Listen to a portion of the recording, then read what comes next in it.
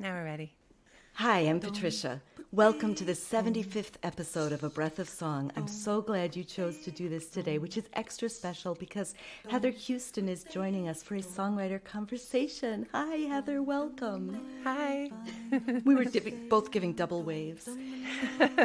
Pablo Casals said, "Music is the divine way to tell beautiful, poetic things to the heart." We are here to let our heart hear those beautiful, poetic things. Your voice is exactly what's needed for this. I'm coming to you straight from my home in what is now called Burlington, Vermont, on the unceded lands of the Abenaki people. And Heather, tell us where you're calling from. I am in Santa Cruz, California, and this is the unceded territory of the Awaswas-speaking Yupi tribe. And these lands are still stewarded by the Amamutsan tribal band, which is a band of tribes from all over the Bay Area that still steward these lands. Yeah, it's an honor to be here. All of our voices will turn up as they are today, where they are today. And no matter what, we can feel the connection to our breath and vibration in our body. Let's find how good it can feel to sing. So last week I shared Heather's song, Equinox Blessing, Shadows and Light. Today Heather will be teaching us a song of hers called Easy Does It. We'll learn it slowly so it can settle inside you and you can begin to trust it as a resource. Let it move you into a state of flow, a song you can come back to. Then we get to enjoy a conversation with Heather, and we'll close out with the song again at the end. You can always find the episode on the website, abreathofsong.com, or wherever you get your podcasts, of course, and listen as many times as you'd like. But let's start with a little bit of a warm-up, just a yawn stretch. Oh, maybe roll your shoulders a little bit. Oh, stretch into your back, let your voice creak, slide. Oh.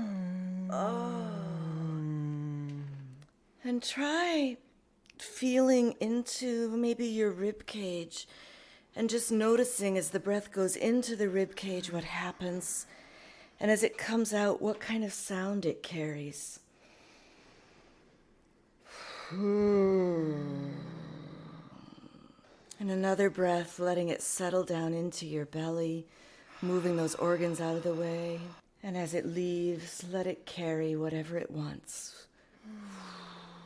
And another breath down all the way into the pelvic bowl, feeling the connection. And as it releases, letting it carry. And let's try some slides on your next exhale. Whenever it happens, let your voice slide. Woo! Ooh. Always think of slip sliding away when I start doing this. Ooh. Ooh. Yeah. See what happens if you let your lips and your face feel fat and loose as you slide. Ooh.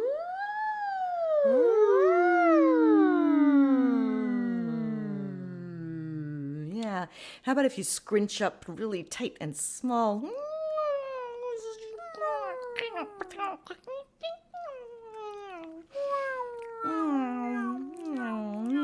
Cat noises.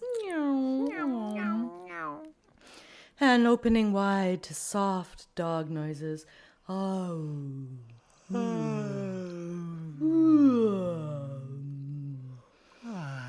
I almost feel like I could drool. Almost. Okay. I don't mind if you do. Oh, good. You're the only one who can see me right now. Heather, I'm going to turn it over to you to share this song. Okay, fantastic. Thanks for having me today, Patricia. Such an honor to be here. This song, called Easy Does It Now, came through when I sat down with my Shruti box one day and wanted to compose a song in the moment for my Art of Mindful Singing class, which is a fundamentals singing class meets vocal meditation. And I love warming my voice up with ease and ooze. And I thought, okay, I'm going to sit down and just sing the vowel E and see what comes through. And this whole song came through. It was so much fun to receive this song and to have the slides in there, because it really helps to get the vocal cords warmed up as well. So it's just a lot of fun, and I hope you enjoy singing it with me. All right. So I'm playing an Indian instrument called a shruti box. It's a drone instrument. So let's just all take a nice deep breath and just sigh on your exhale. And just beginning to hum on this root note.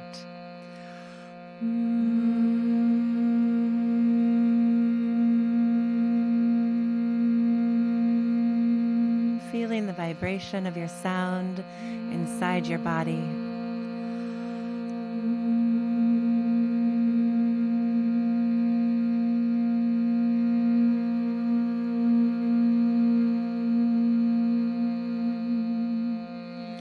And then bringing one hand to the jaw so it stays nice and relaxed, we're going to sing the vowel E.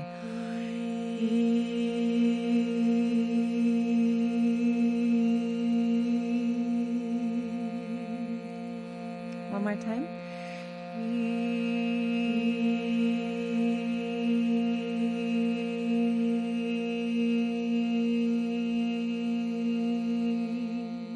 Good. Now listening. Easy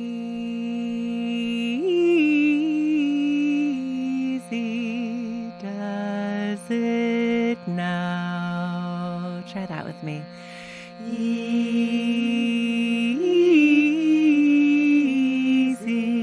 does it now. Slow it down. Slow it down. Feel the sound. Your turn. Feel the sound. And I want to invite you to really feel the sound on the word sound. Sound. One more time together. Sound.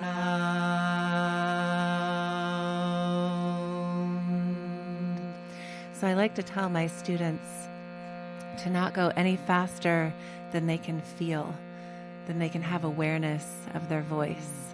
So we're going nice and slow in this song to begin.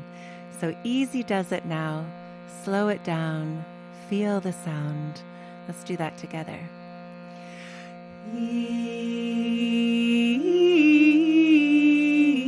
Easy does it now. Slow it down. Feel the sound. Again.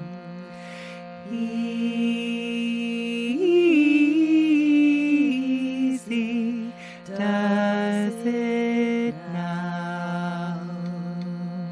Slow it down.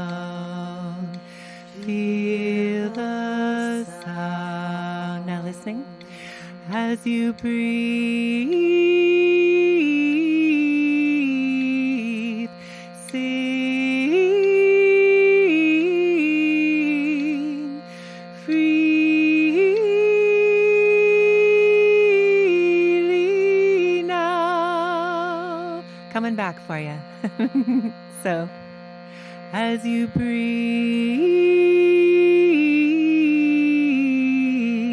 with me, breathe as you breathe. As you breathe, sing. Now you sing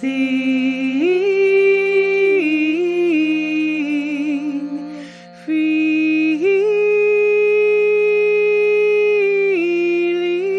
now. Freely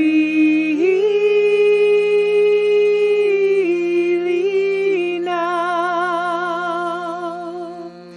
So one of my favorite things is to sing the vowel E with a relaxed jaw.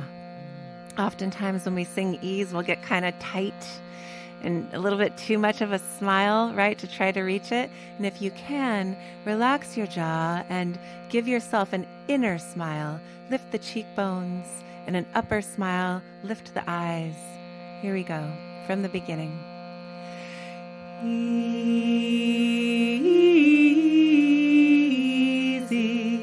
does it now.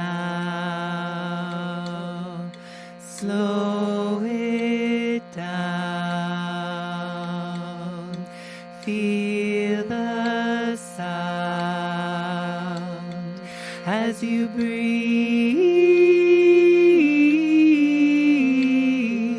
Sing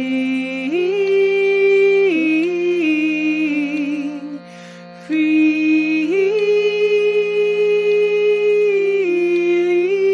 now. Good. Now listening. Tune, tune, tune. Really allowing your voice to slide. Let's do that again. Tune, listening. Croon, croon, croon, listening.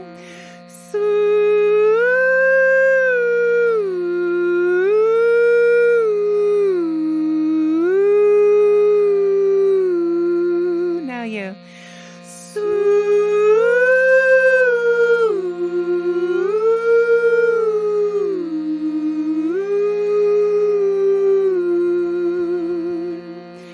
So on the word swoon, I invite you to really move your spine, undulate your spine and your body, and really swoon at the feeling of your own voice. Just feels so yummy. So tune, croon, swoon. Tune, croon, swoon.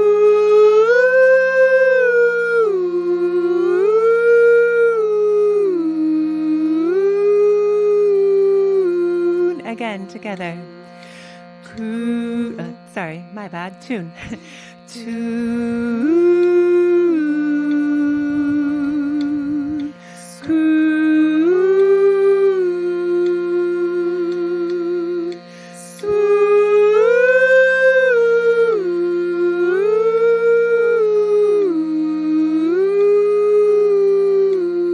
swoon. Now back to the top. Easy does it.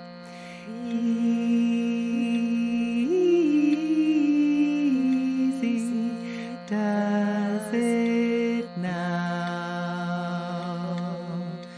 Slow it down.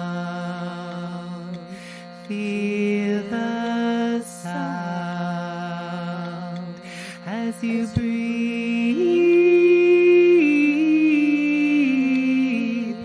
Sing freely now. Tune, here we go. Tune, croon. Now really enjoy it. Swoon.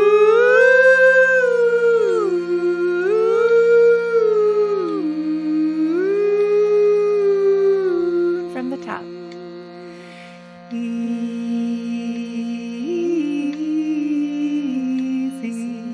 does it now.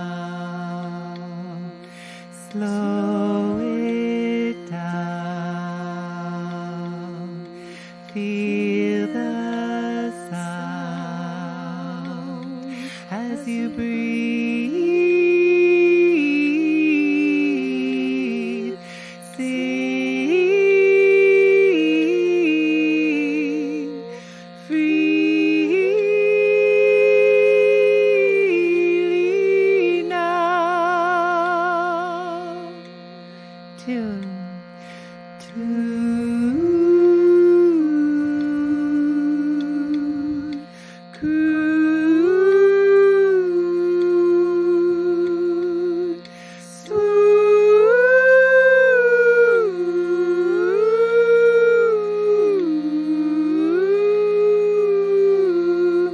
to tune.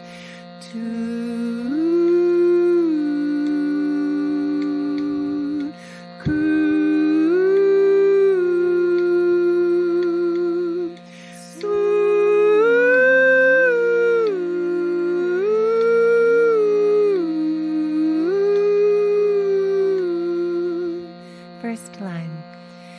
Easy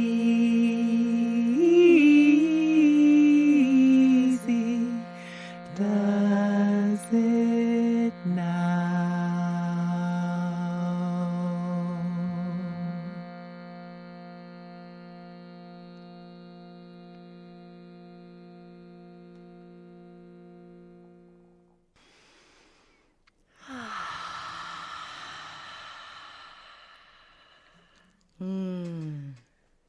Yay! Yay, what a singing. delicious way to warm up. Just slide into your voice. We have singers of all levels of experience who listen to this podcast and sing with us. And you, of course, are a very experienced singer. Tell me a little bit about what happens in your body, in your experience, when you sing that song. What do you notice? I noticed when you ask that question, I get teary. Oh, gosh, I enjoy the feeling and the sound of my own voice so much. It is so therapeutic for me to sing. And so I think that is foundational for me as a singer is I'm so connected to my voice as I sing, because why would I want to be anywhere else? Right? Like, Yeah.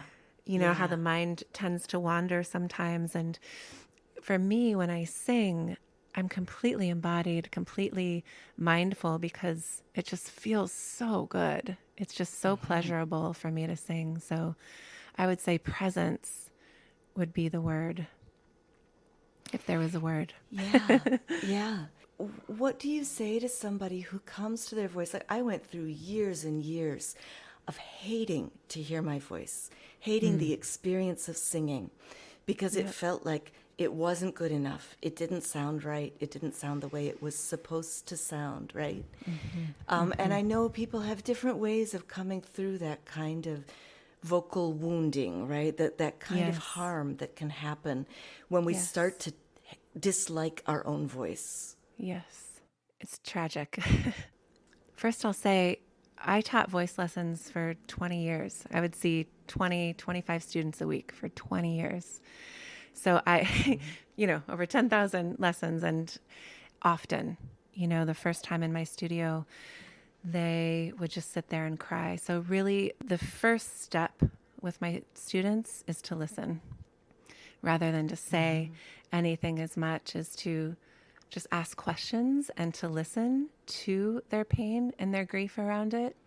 I feel like that's part of the healing, is the expression of the grief and the pain. And so meeting them there first has always been the way that I go about it, and holding a really loving container.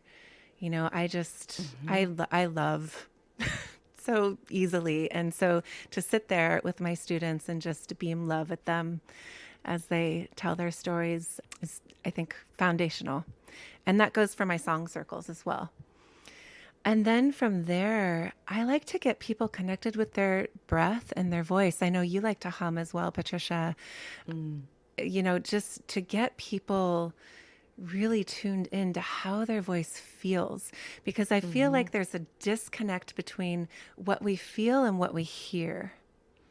And so I really like to teach my students to feel their voice. Like, chances are that most of the artists the singers that we love to listen to are really tuned into the feeling of their own voice.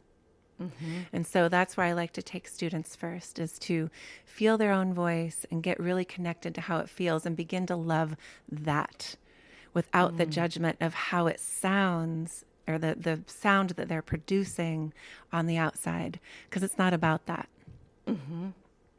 And so we talk about that. And then from there, just continue to meet them where they're at and just talk about how everyone has their own unique voice. Everyone has a voice. We are all born with a voice. And it's so tragic in our culture that we're taught that if you don't have like a professional singing voice, that you shouldn't be singing, right? It's kind of the messaging that we get. And it's so tragic because in so many cultures all over the world, and even here, on these lands in the United States, people sang and sang and sang as healing, as ritual, as community. And that's been slowly stripped from us, right? So just reminding people of that too, like we all are born with this God-given gift to sing and to heal ourselves through our voices. Yeah. Going from singing and connecting, feeling one's own voice, to the idea of songs with words and with ideas. Can you tell us a time that you remember witnessing song, something that helped somebody adapt to a situation, either for yourself or for somebody that you observed? Yeah, absolutely. I mean, I saw it with my students all the time, of course. But where I really see it is in my song circles, especially on the first night, because I'll do a series, like a 6-week or a 9-week series. And so women come in and they don't really quite all know each other yet. And they're kind of withdrawn and quiet and kind of shy. And that's how I was too as a child. And that's another story, which maybe we'll have time for, maybe we won't. But I watch my students as we begin to sing in a circle together, their joy starts to bubble up, right? Their hearts start to open. They start to feel more connected to themselves and to the lyrics and to the intention behind the lyrics, to the prayer behind the lyrics. And then they start to connect with each other, and they start to feel more safe. And I just watch over the course of 2 hours or an hour and a half, depending on the circle, I watch the room come to life. So it's like the songs are feeding everybody, right? Along with the singing, just the energy of the songs themselves, they are entities and they hold energy, and the lyrics, transcendent. So Is it accurate to say that you work primarily with women? You were just talking about your groups and women coming into the room. Is that accurate? Yes. I'm just wondering what is special, what draws you to the energy of an all women's group, and what do you think is found there that's harder to find in maybe in a mixed gender singing group? Yeah. I'll speak from my own experience, and then go from there. I, like I said, I was really shy and quiet and shut down as a child, all the way through high school. I mean, even now, my friends from high school are like, who are you? I can sit here and do an interview with you, and I teach all these people singing. And anyway, I'm in the public a lot. When I first started singing, and I think this is how it is for a lot of people, we're kind of performing, right? It's like a performance. And, musical theater and jazz and the whole thing, right? And I was singing jazz with men a lot. I had a jazz band and sang out a lot, and it was really fun. And one time I went to a concert and watched Kitka. Do you know who Kitka is? No. They're a women's vocal ensemble in Oakland. Okay. And they sing Balkan music. When I saw them sing together, something woke up in me. I just sobbed through the whole thing, and I was like, oh, this is what I'm missing. I need to sing with women. And I didn't even know why. I didn't know why. And I was still at this time really shut down. I was 20, maybe 21. And I remember journaling my visions about singing with women. And I didn't know why. I just didn't know why in the moment. So I called these two beautiful women into my life, Tamar and Samantha, and we would sit with each other and we would sing. And not only did the songs sing themselves through us and work their harmonies, but they also opened our hearts to each other, to our own true voices. I know for me, it was always like a performance kind of voice. And then I found my authentic heart voice singing with these women. And that's when I began to songwrite and felt safe to actually open my voice.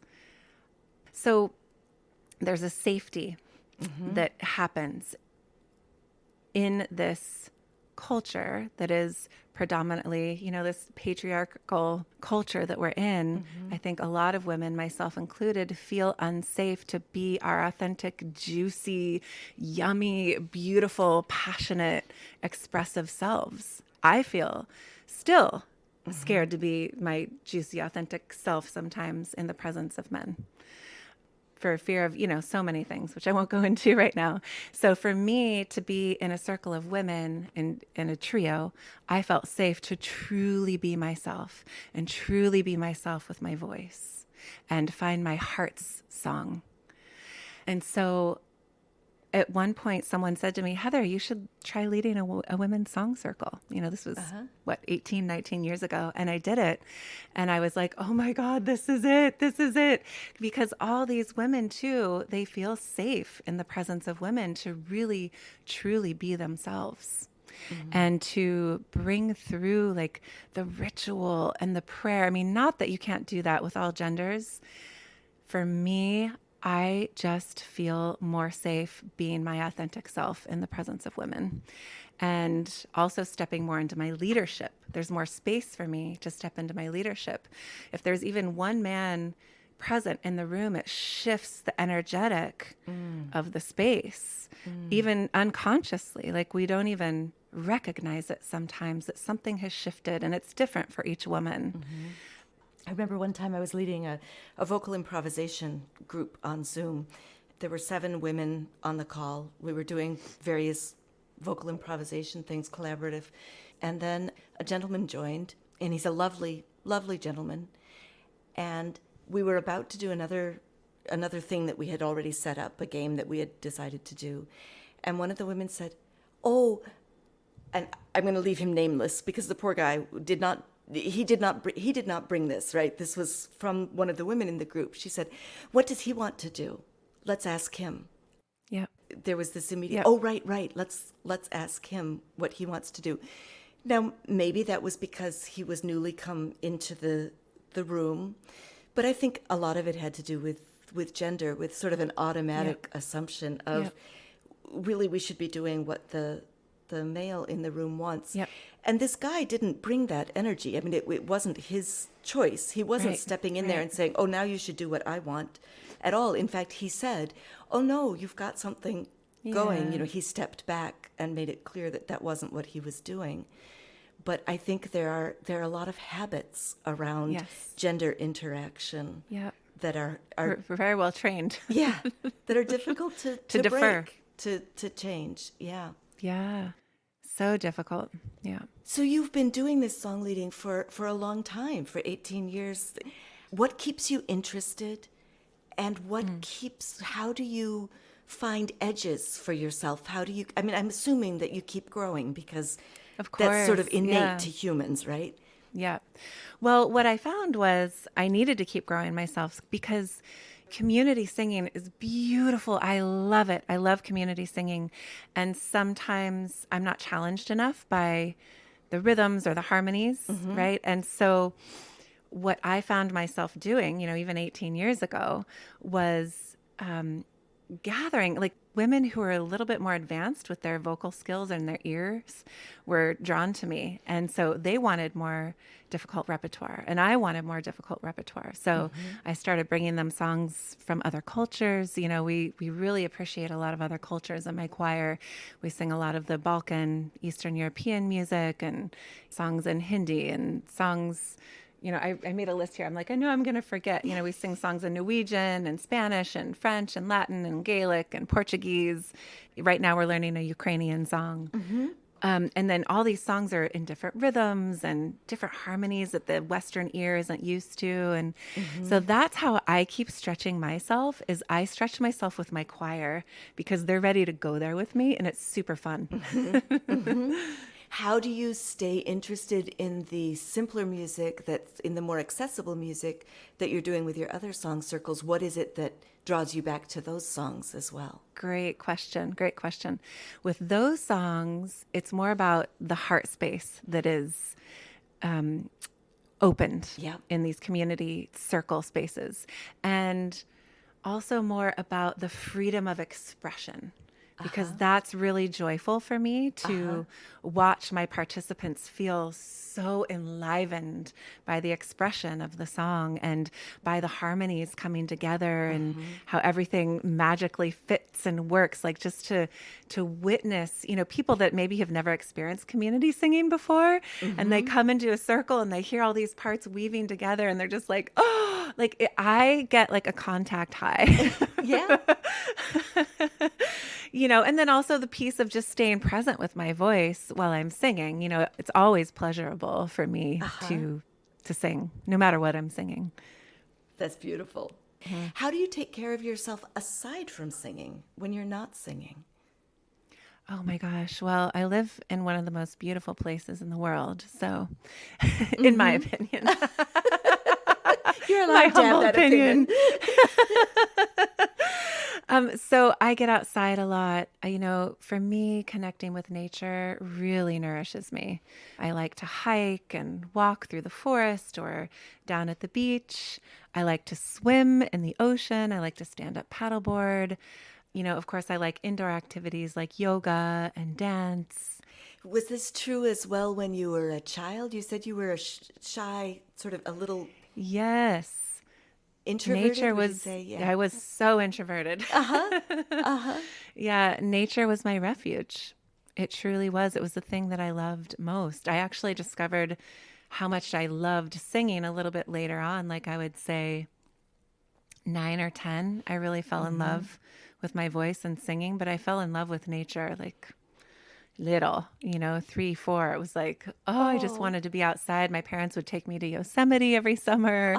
My parents loved road trips to go see the national parks. And I just was raised really with a deep appreciation for nature. What's the earliest song you remember singing? Oh my gosh. Well, so it was on one of our road trips. And I must have been pretty little, like 3.5. Gosh, I was little, super little. You Are My Sunshine. Because I asked my parents as they were driving, we were on one of our big road trips, and I said, what does harmony mean? And I know. My mom is a singer. My grandfather's a singer. Like, it's in my blood. Okay, so you had heard the term. Yeah, for sure. What does Yeah. harmony mean? And so my mom had my dad hold the melody part. My dad doesn't consider himself a singer, but he really is. He has a gorgeous voice. He held the melody and she sang this harmony part. And in that moment, I was like, oh, that's what harmony is. Like, I really understood it. And you remember that click. Yes. My parents don't even remember that experience, but I remember that. Yeah. Yeah. And hearing both voices at once. What a beautiful Yeah. introduction to it, because you had Yes. your dad's voice and your mom's voice. So of course you would be able to distinguish them, and kind of, you'd been practicing tracking them, right? Yes. Yes. So then to have them sing the harmony with you, Yeah. for you. For me. Yeah. Oh, that's beautiful. Yeah. Yeah. Yeah, that's beautiful. That's a fun question. Yeah. You mentioned this earlier. We share a love of humming. A love of humming is a way into the voice and the healing possibilities in the hum. You want to talk a little bit about that? Yeah, absolutely. Well, first, let me say that when we listen, we don't only listen with our ears, but we listen with our bones. We conduct sound through our bones. So if I have a student that maybe sings out of tune, right? I'm doing little air quotes, sings out of tune, because I believe everyone can sing in tune. All they have to do is learn how to listen. So I figure out if my student is listening with their ears or with their bones. And so usually I'll get them back to back with me so they can feel the vibration of the pitch that I'm on. And they're usually much more likely to be able to match it then. So when we hum, especially if we create space inside the mouth so the hum has space to move and travel, because sometimes we'll hum and everything's kind of shut down. You want to make sure you have like an egg inside, right? Then that vibration goes inward. We're not expressing a hum. It's not for anyone else to hear. I mean, sure, people are going to hear it, but really it is for our own experience when we hum. And we hum to babies, right? If we have a baby right up against our chest, we're nursing or just holding a baby, to hum, they feel the vibration. So I love the hum so much because it tunes people in to the feeling sense and listening through their bones, conducting the sound through their bones. It's just so powerful. And for me personally, it calms me down. If I get triggered about something and my stress level shoots up, I will sit myself down and breathe and hum. And it calms me right down. And I think part of it too is the breathing aspect of it. You know, the mind follows the breath. And so when we slow the breath down, and then we're slowing that inhale down, and then we're really slowing down the exhale as we hum, then the mind also gets to calm itself as we go. That's why I love humming. Great reasons. Great reasons. Absolutely. I remember when I was first working with beginning singers and people who were finding their voices again, I remember doing a lot of research into why singing is so healthy. You know, what I had read that singing was healthy, but why actually does it work? And one of the things that was described was the fact that when your exhale is longer than your inhale, that triggers the vagus nerve to signal the system to calm. Yes. And when you sing, when you hum, that's almost always naturally what happens. You don't have to sit there and count to yourself 1, 2, 3, 4, Right. 1, 2, 3, 4, 5, 6. Right. Beautiful. Yes, it stimulates the vagus nerve. Yeah. And I remember also learning that one of the things I was curious about was how our voices on answering machines and recordings sound different to us than they sound to ourselves when we're talking. Yes. Isn't and that that it's interesting? because when we make sound, we literally vibrate the bones in our ears. The act of sound making, especially when you have that egg inside your mouth and you have that extra space, but the vibration in your mouth literally transmits to your inner ear and vibrates the little tiny bones that are also responsible for us perceiving sound. And because you're vibrating those bones, it changes the quality of the sound because you're getting an inner vibration sound creation as well as the exterior sound creation. Makes a lot of sense. Yeah. Yeah, it makes a lot of sense. So you saying about the humming being in the bones and that just that feeling of the song. I mean, I think there's a very, very literal meaning to that. Yeah. Yeah. I haven't told Heather I'm going to be asking this because I didn't know I was going to be asking this. But I really want to ask you to talk a little bit more about loving the weird places of your voice. When your voice cracks, when you sing high and it cracks, or you sing low and it kind of bottoms out and starts to sound kind of flabby and wide and blah, whatever it does that you think to yourself, oh, geez, now I'm hearing this and blah. Talk me through this. Give me Okay. Here I am. I'm your student. And Okay. I say, oh, Heather, listen to this. Trying to sing high, and it sounds so squeaky.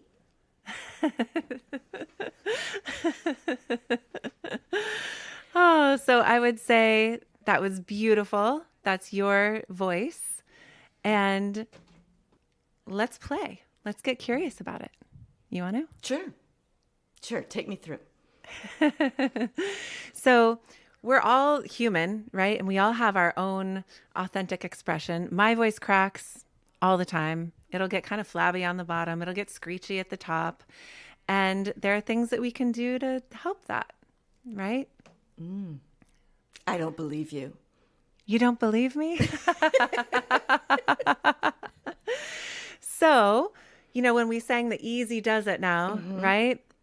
In order to sing with fullness on that high end, we need to open, relax the jaw, and lift the cheekbones and the palate, right?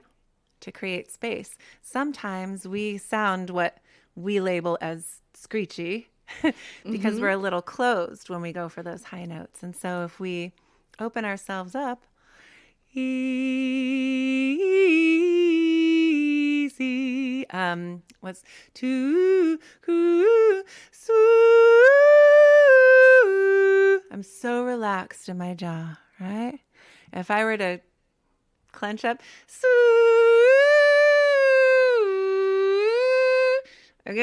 I'm tight, right?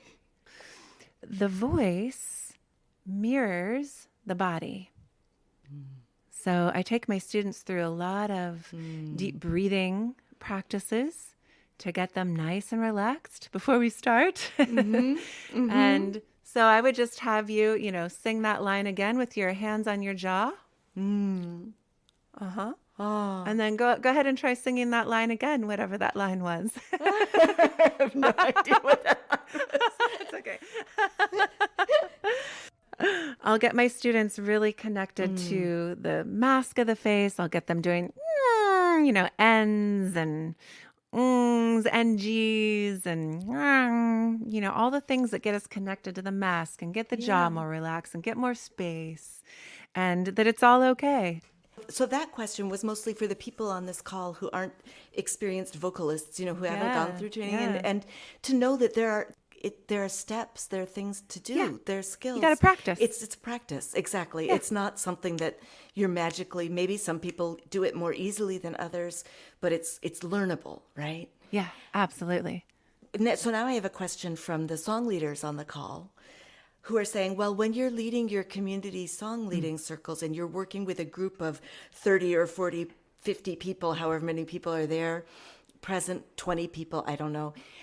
What do you do to help those people? Because you're not giving them individual voice lessons, right? Yeah, this is my favorite part. Yay. Actually, I don't do it as much like, let's say, Song Village, where, there's 100 people and just so many people singing outside and they can't really hear each other that much anyway. I kind of let it go. Honestly. Yeah. That's good to know that different places require different things, right? Yes, exactly. Oftentimes what I'll do, and even sometimes at a big event like that, but in my song circles, I'll get people singing more quietly, but with presence, right? So singing quietly doesn't mean breathy, right? And so I teach them about lifting the mouth, lifting the palate, relaxing the jaw. If the group is starting to go flat, I'll say, okay, everybody sing this again, sing this note, feel it on the roof of your mouth. Okay, everybody hold that note. That's the note that was going a little bit flat. Everybody hold it. You hear how that sounds? Ooh, look at how it feels on the crown of your head. Oh my gosh, that's so good. Okay, now let's sing the line again. And when we hit that note, see if you can go for that feeling that we just got as a group, right? So I'll do things like that, for example. Fabulous. Nice. And then I'll get them really listening to each other too. Like, I don't do it as much at the huge group gatherings, but with my own groups, I get them doing partners. They'll lean into each other and make sure that they can hear each other's voices. What I really aim for with my groups is that your own voice does a disappearing act.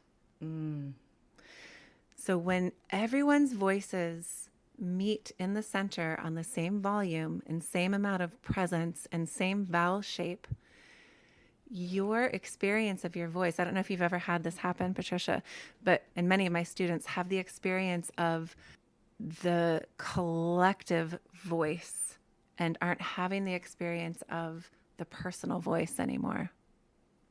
And all of a sudden it becomes like magic. So I work a lot on tuning and blending and listening and with my groups, because for me, that's where it gets really good. It's like what people talk about wanting to have with a psychedelic experience.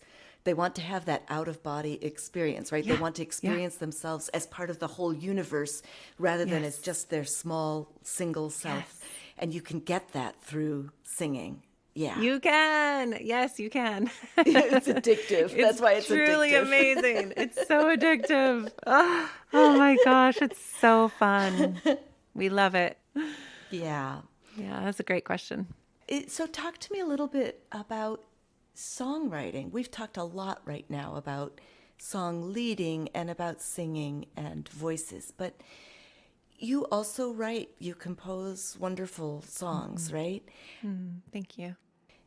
Talk to me a little bit about your actual process of composing songs. How many songs are gifts that just kind of appear in full-fledged form? And then are there songs that are just as rewarding to you that you've fiddled with and fudged with and tinkered with?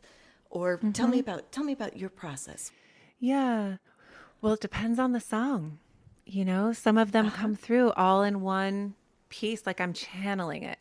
The first time I ever had that experience was one of the first songs I ever wrote. I claimed that I was a songwriter. Like when we were given these words, Lumen Solare Fiat, for a winter solstice event to write a song with. And I was like, oh, Samantha's a songwriter in the trio. She can write the song. And then later that afternoon, I was like, wait a second, I can write a song. And this was the first song that I ever wrote. I went out on West Cliff, where I live, along the ocean, and just opened up with the lyric Lumen Solare Fiat, which in Latin is "Let the sun shine," right? And Yeah. this tune, I just heard it from somewhere else. Lumen Solare Fiat. And then I started to hear all of the harmonies coming through, and I was like, oh man, I got to get home and get my recorder, tape recorders at that time, and started recording all the parts. And then the rest of the song came through in rehearsal with the women. Like I heard it in my head, and I was like, hey, you sing this, and like created it in the moment, like completely channeled from another lifetime, that song. And that was really my first songwriting experience, was that. So usually for me, when songs come through, they're like a total download. Sometimes, like Easy Does It Now, that one took some crafting. Like that first line, Easy Does It Now, that came out in one piece, and I was like, ooh, that's cool. Where are we going next? What's next? And I just open up, Yeah. and then the swoon part, like that took like a couple days to settle in. I kept working with different scales and different ways for those lines to go. So that one took more crafting. Yeah. I just want to pause and highlight that question, that sort of crucial question that you asked yourself, what's next? Yeah. What's next? And then space. Exactly.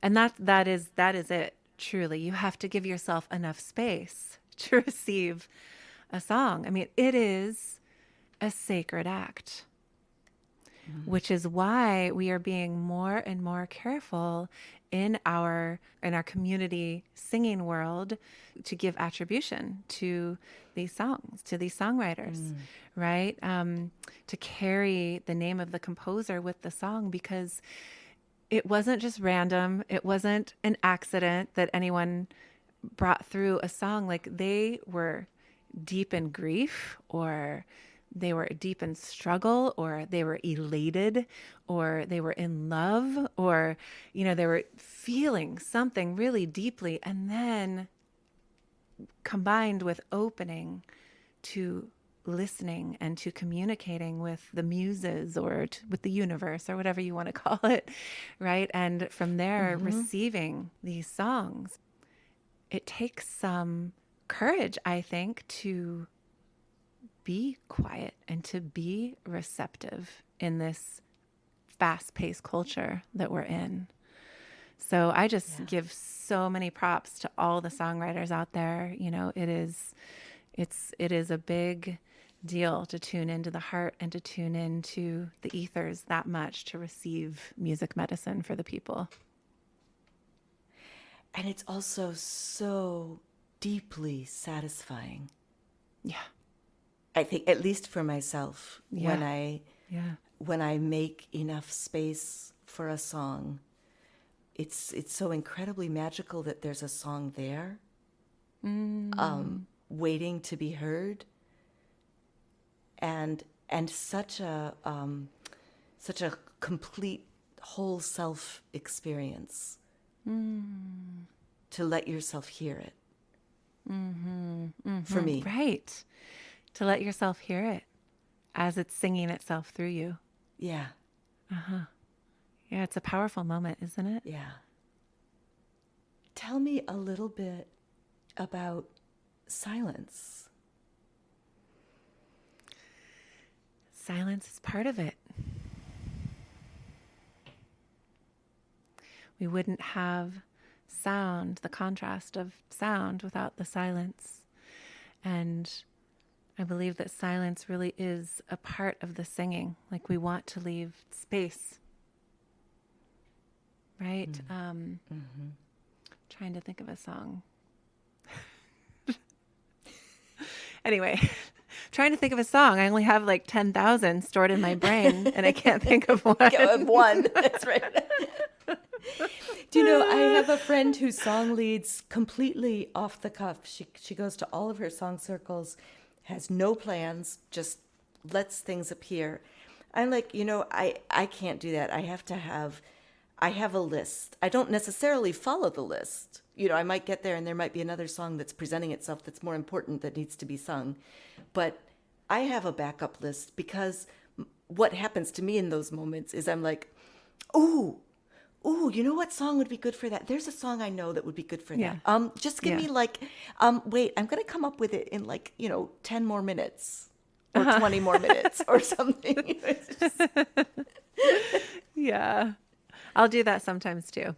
I definitely, I'll have a set list, but oftentimes other songs want to be sung in the moment. And you just never know. Yeah. I know that I want to say one more thing about silence, and that is, I love to meditate after I chant. Sometimes I'll do it before. Sometimes I'll do it before and after. But I love to chant in the morning. I have a really deep chanting practice. And when I chant, we've been feeling the vibration inside of our bodies, right? And hearing the sound. And then for me, when I stop, the silence feels more silent. Because there's that contrast. And I feel like I can go even deeper into the silence and into the receptive mode. And I like to take my singers there with me. So when are the times that you've found you've dropped your chanting practice? Or maybe you haven't ever. So No, I've dropped my chanting practice. Oh, yay. Thank you for being human. Thank you so much. I'm so glad. Tell me, what happened? How did you realize that you had dropped it? How did you get yourself back into it? Because I think that's one of the aspects of a deep practice, right? Is having ways to come back in. Yep. Let me think about the most recent way I found myself back into it. Just a few weeks ago, because I'll go in cycles.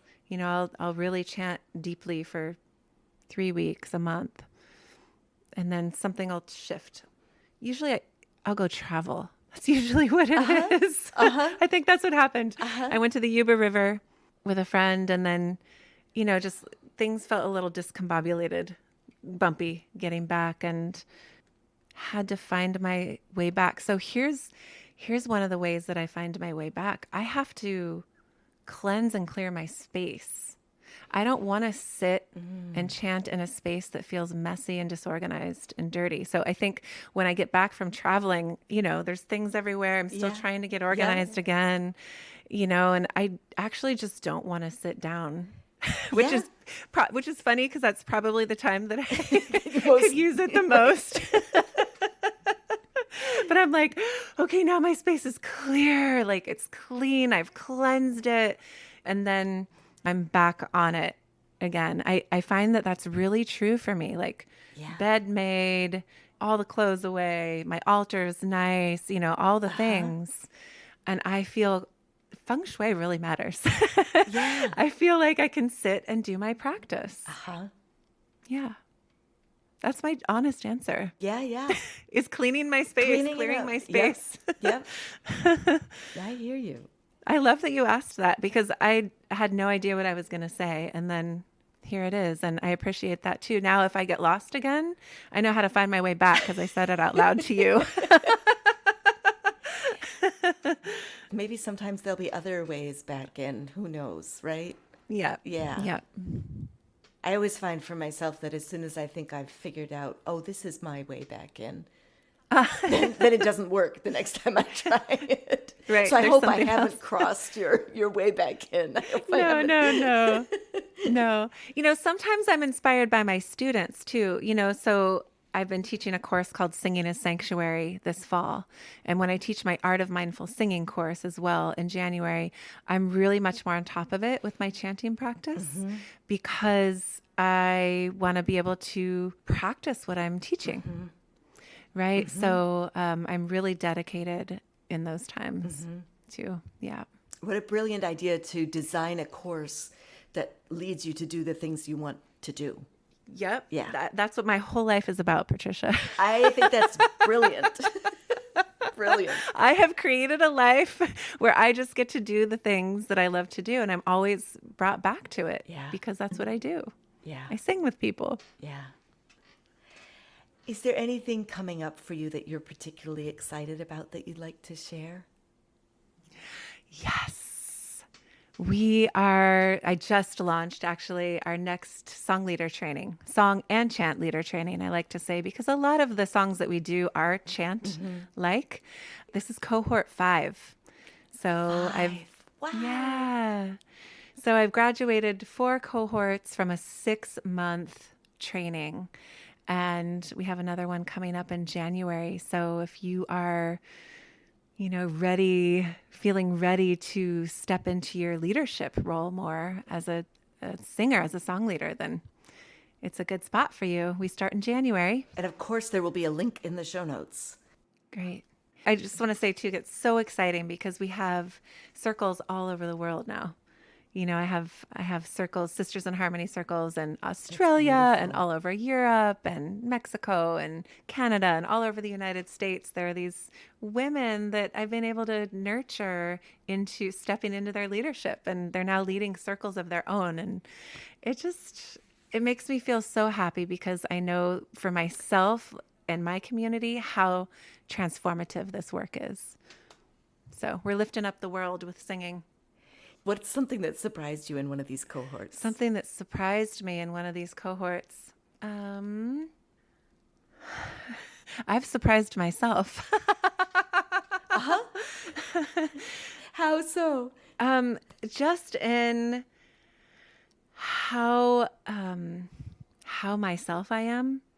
Like, I think I always had an image of myself as like, okay, I'm going to do this song leader training and it's going to kind of go like this, and it'll kind of look like this and I'll have these videos and the whole thing. But really what I do is I jump on these calls with women and I train them like just from my heart, and I'm just my goofy self. So that's actually what surprises me. I'll watch the videos back sometimes and I'm like, oh my God, I'm such a goofball. But don't you think that reality of presence, of really being just the whole who you are, goofball and, everything, is what draws people? Probably. And gives people permission and space to be who they are. Goofball. We all have goofballs inside ourselves, right?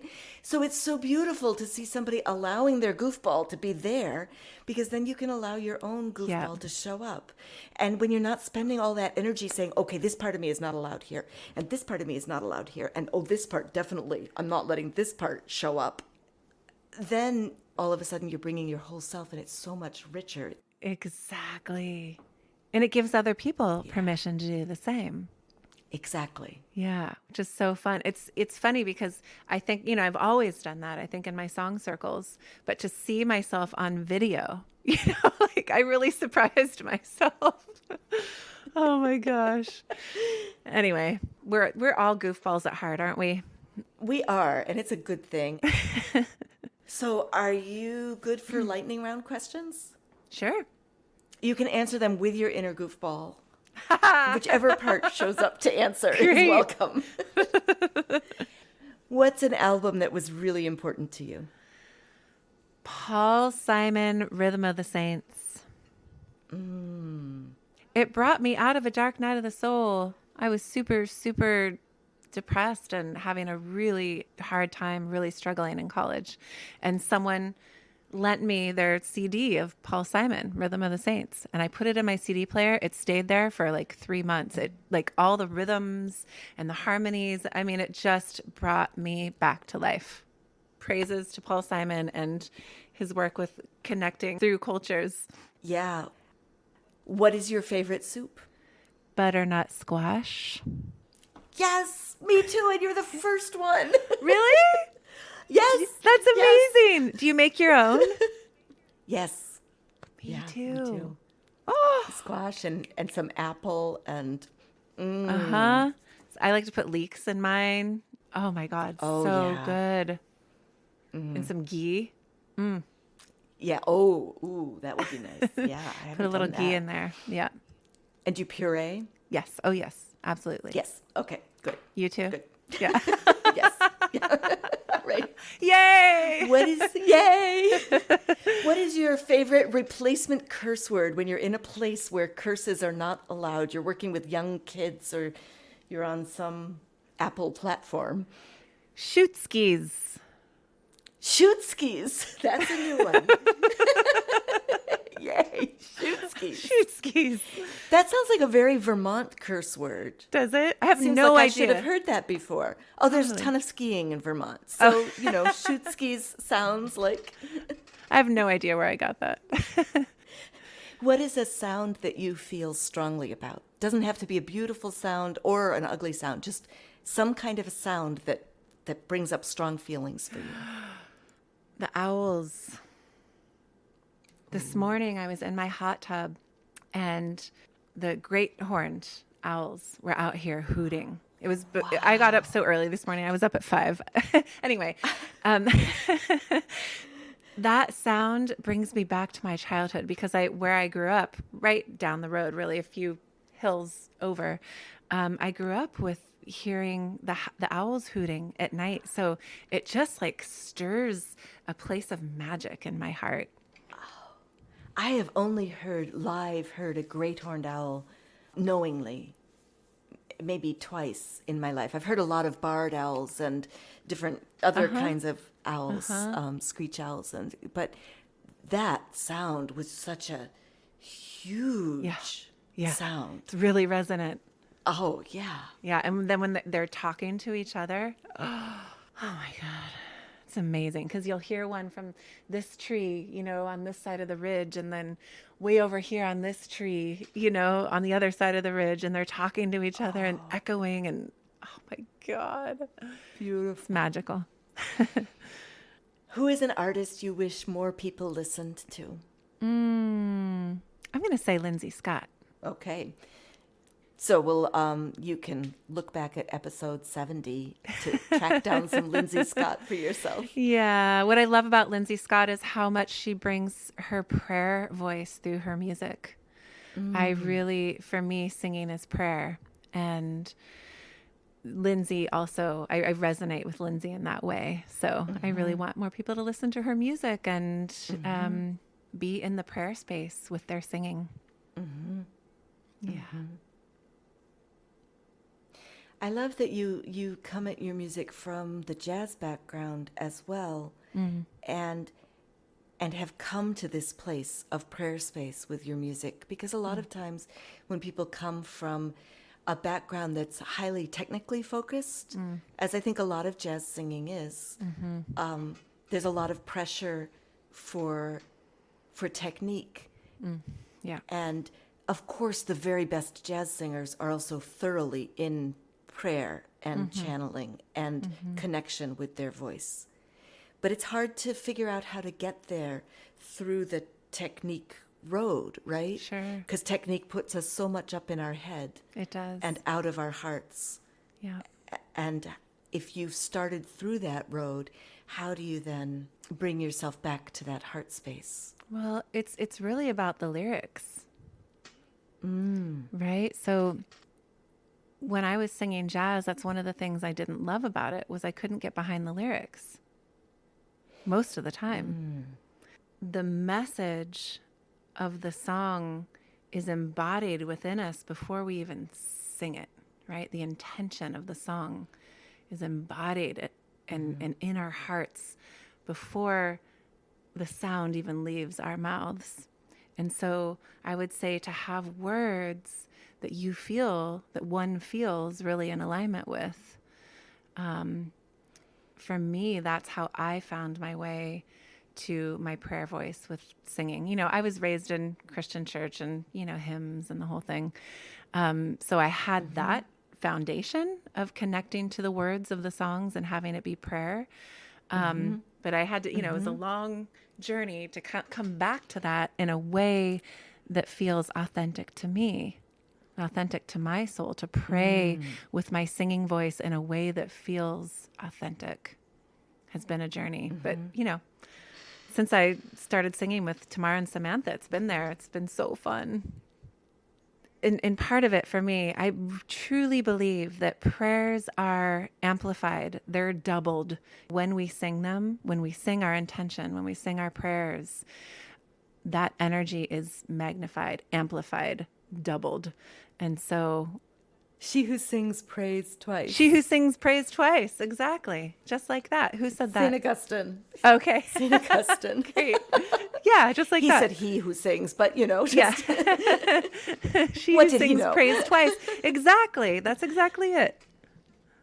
I want to sneak back to a question that came up in my mind, but then we got on to other things about your two friends that you sang with, Tamar and Samantha.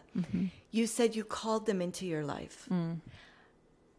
What exactly does calling them into your life look like? Great question. It looked like a lot of prayer, a lot of journaling. So I would journal like words, women, singing, harmony, connection, just the words that I was ready to embody in my life. And I would just put it on my altar and just pray and cry. Like I just knew that I needed to sing with women. So I would pray and cry and journal and really held that vibration of that desire present with me. And after I graduated from college at Pacific University, I went back to Cabrillo College to study more music, which is a community college here in Santa Cruz, because I just didn't feel complete yet. I wanted to study more music. And so when I went back there, I met a man who became my boyfriend, and he had traveled down here with his girlfriend from Canada. That was Tamar. And he said to me, hey, you know what? I know this is a little weird, but I think you and Tamar are going to really love each other, you know? And I was like, okay, I'm open to meeting Tamar. And so we met each other instantly. We fell in love. And she's like, do you want to sing with my friend Samantha and I? We just started singing together and we would love for you to come sing with us. So I was like, sure. So I came over and we sang together, and that was that. Like, we are lifelong friends to the core. These women, I went and sang with them this summer. I traveled up north to Canada, northern Washington, to be with them this summer. And as soon as we started singing together, I burst into tears. I was like, oh, this is home in my heart. Singing with these women, like, I mean, singing with all women is home in my heart, but those women, they're home. Yeah. It's so beautiful to know that that relationship exists. Yeah, it does. Yeah.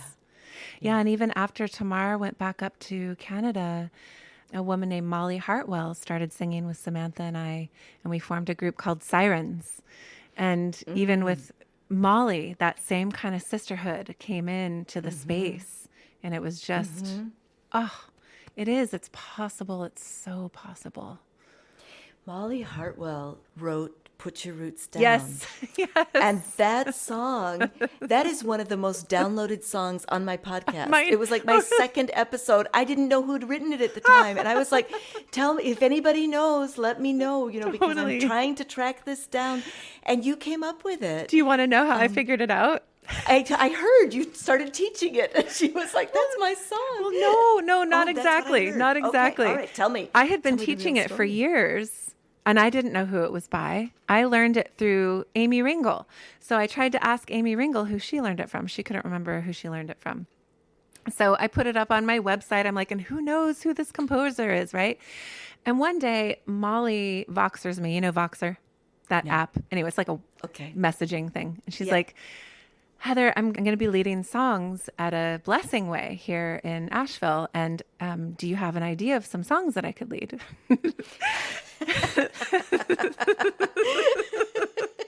You're like, I've got this great song. I don't know who it's by. That's exactly what happened. It's really accessible. People love it. It's a quick teach, all the things. And I start singing it, put your roots down. Right? And Molly Voxers me back. She's like, oh my God, Heather. And she's just cracking up. She's like, that's my song. That's my song. I was like, no, it isn't. Oh my God. I mean, it was like this revolutionary moment for everybody.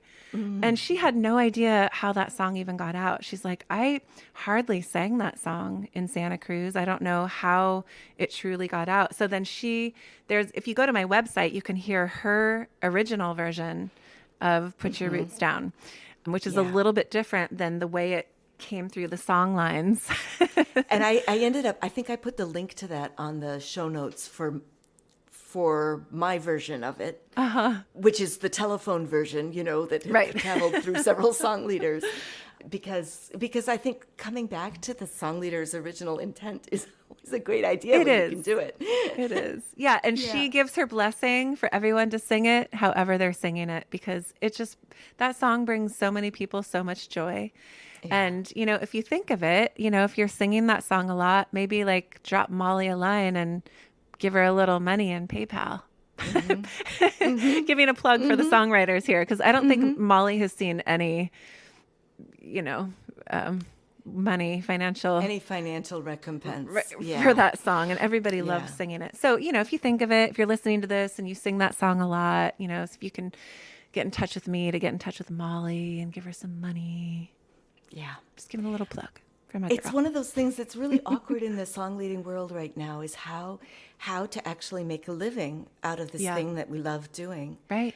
And how do you support the songwriters who are creating these amazing songs? Yeah. Yeah. And how do you ask people to support this work?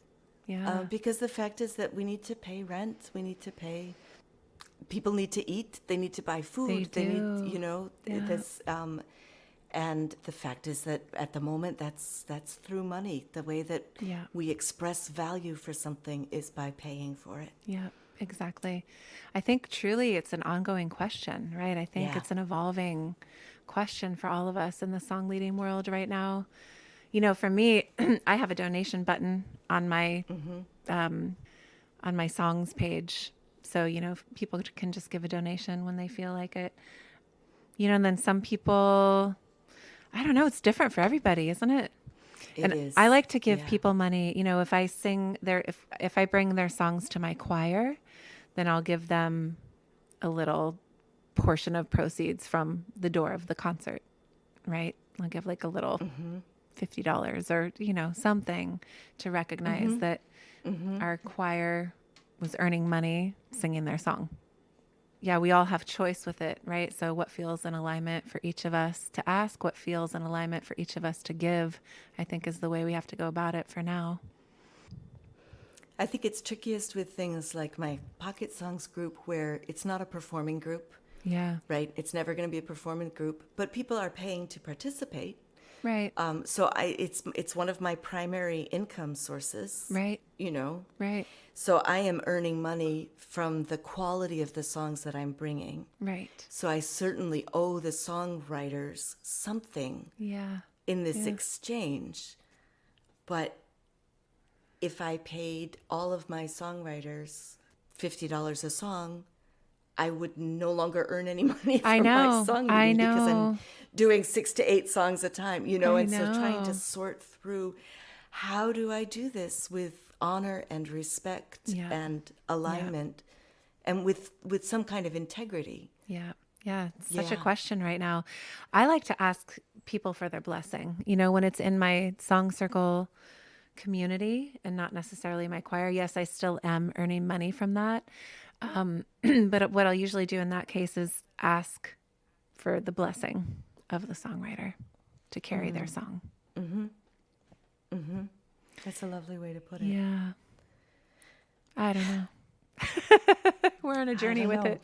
So let me throw this out to my listeners. With a huge thank you to you, Heather, for coming on A Breath of Song, answering all these tough questions and exploring these things. Huge thank you to you, our listeners. I'm so glad you're singing with us. We remind you that sharing the podcast with your friends really does make a difference. You are the whole entire advertising budget, now that we're speaking of budgets and things. Visit abreathofsong.com to see the show notes with the links, the lyrics, Patty Piotrowski's glorious artwork. Sign up to get artwork and music in your mailbox once a week. How beautiful is that? Leave something in the tip jar to help cover costs. Before I'm Paid, 25% is donated to the Jazz Foundation of America, which directly supports jazz, blues, and roots musicians in need. The skill and the artistry of these musicians has directly shaped most of the music that I share on this podcast. Yet historically, they have been inadequately recognized and unfairly recompensed by people in power. And it's a small step toward restoration work that we can maybe take together. Beautiful. I'd love to sing Easy Does It again now to help it sink in more deeply. Sure. If you're willing to share it one more time. Yeah. I'd love to. I love singing. All right.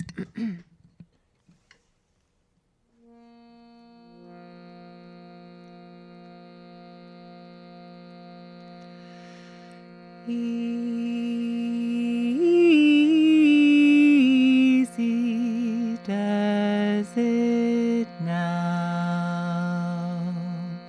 Slow it down. Feel the sound as you breathe. Sing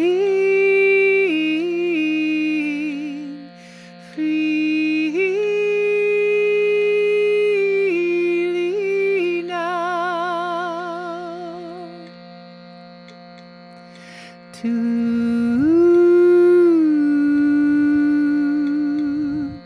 croot, swoot.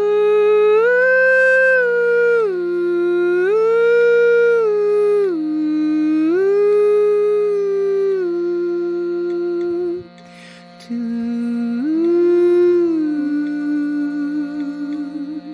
croot, swoot.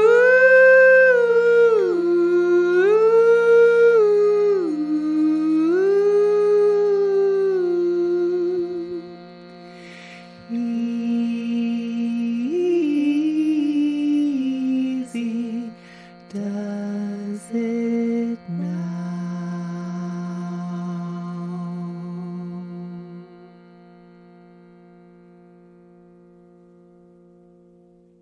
I feel that.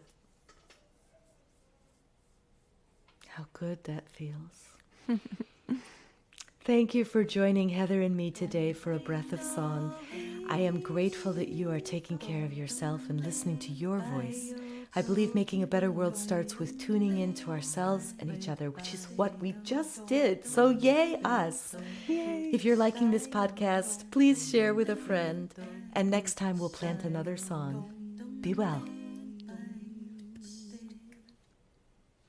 That's it. Yay. Thanks, everybody. Yay!